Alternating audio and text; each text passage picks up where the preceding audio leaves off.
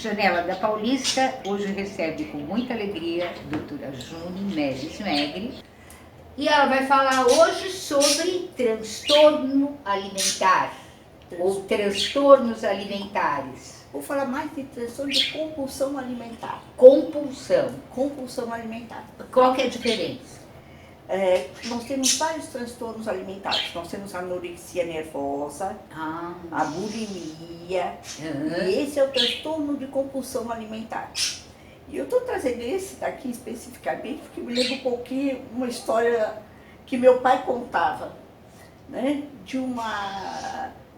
Ele era de uma cidade do interior do Rio de Janeiro e que tinha um casal recém-casado, que assim, e via que a mulher estava engordando e não sabia por quê, e ela dizia que comia muito pouco, ele via ela comer muito pouco, e que ele ficou vigiando a casa dela, então, a casa deles, para saber o quanto que ela comia. E quando ele saía, ele via que ela fazia assim um banquete, e ficava comendo sem parar, sem parar, sem parar. Ele contava essa história, assim, sem mais nem menos, e passava sempre essa ideia de que isso era uma espécie assim de sem vergonhice, de esconder, né? E hoje a gente sabe que isso é um transtorno. Então, só essa curiosidade, então são pessoas que comem de maneira compulsiva, em episódios recorrentes, comem, por exemplo, num determinado período de tempo, muito mais do que a maioria das pessoas comeriam. Elas são capazes de comer até sem fome mesmo, não é? Elas comem muito rápido, não sente o gosto da comida, o sabor da comida, não é o saborear gostoso de um chocolate ou de uma alimentação, mas é um comer muito rápido, não é? E isso, geralmente, as pessoas fazem às escondidas, porque elas têm vergonha disso, porque isso causa assim, uma angústia, realmente um remorso disso. E esse episódio, né, para ser característico, ocorrer assim, no mínimo uma vez por semana, mas pode ocorrer muito mais vezes, o que é comum, não é? Então, é mais para um alerta de que isso pode ser um transtorno realmente alimentar, né? E quando existe essa compulsão, geralmente são em jovens ou adultos jovens, mas pode acontecer e começar também na vida adulta. Isso Em não qualquer tem, idade. em qualquer idade. Mas por que acontece isso? Então, antes se imaginava que era só um mecanismo de compensação e de culpa, e hoje já se sabe que não é só isso. Existe, às vezes, um desequilíbrio realmente de determinadas áreas do cérebro, tá certo? Então, não é uma coisa só psicológica. Não é só psicológico, tá? Então, geralmente, ele é acompanhado de outras doenças também. Então, tem doenças físicas como diabetes, hipertensão arterial e outras, e tem também, na parte de psiquiatria, os transtornos de ansiedade são muito comuns, até mesmo a depressão. Então, não quer dizer que seja apenas psicológico. A culpa por comer, um autocastigo,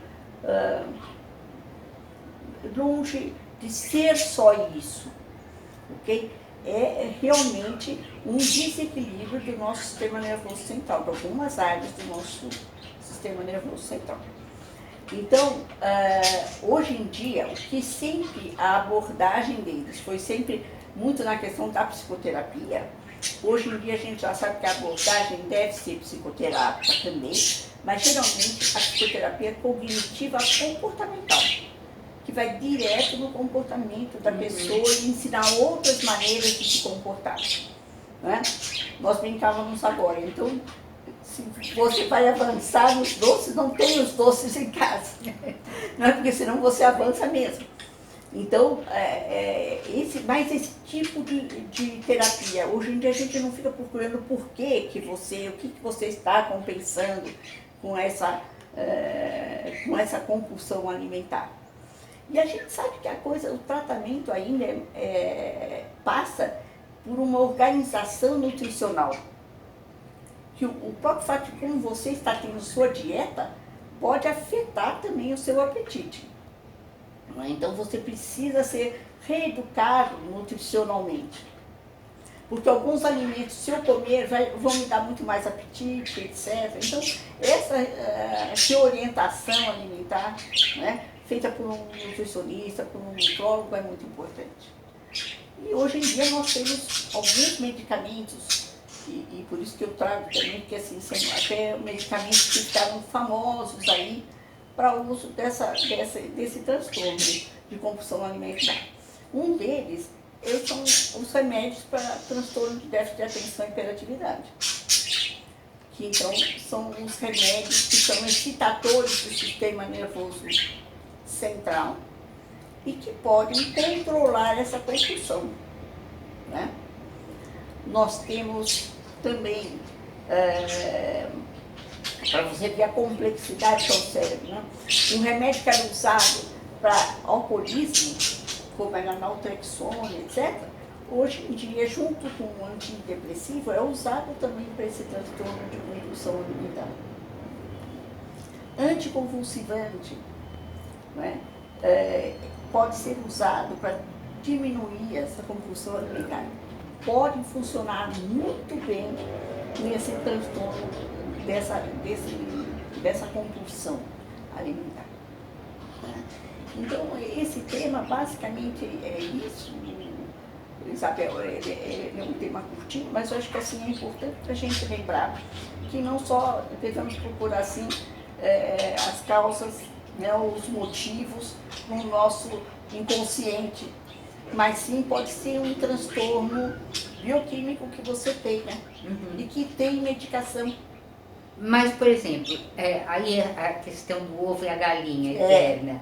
Esse transtorno que eu tenho, físico, bioquímico, ele é porque ele é decorrente de um transtorno psicológico ou pode não ser? Aí é eterna, sem dúvida alguma. O transtorno psicológico pode levar a essa alteração. A alteração física. A alteração física, uma alteração bioquímica. Assim como uma alteração bioquímica pode levar também a esse transtorno psíquico. E isso virar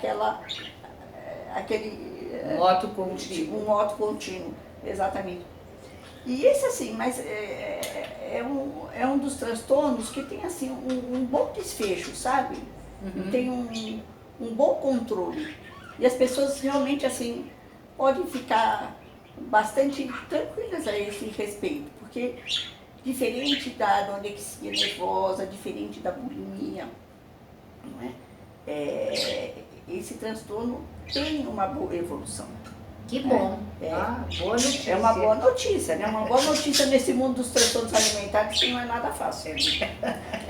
Ótimo, muito obrigada, doutora. Eu que agradeço, Isabel, por você. Um beijo. Um beijo.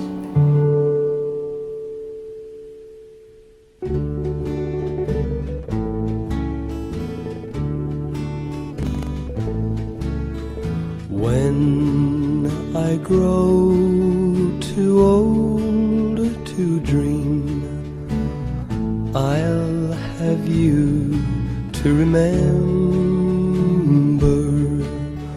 When I grow too old to dream, your love will live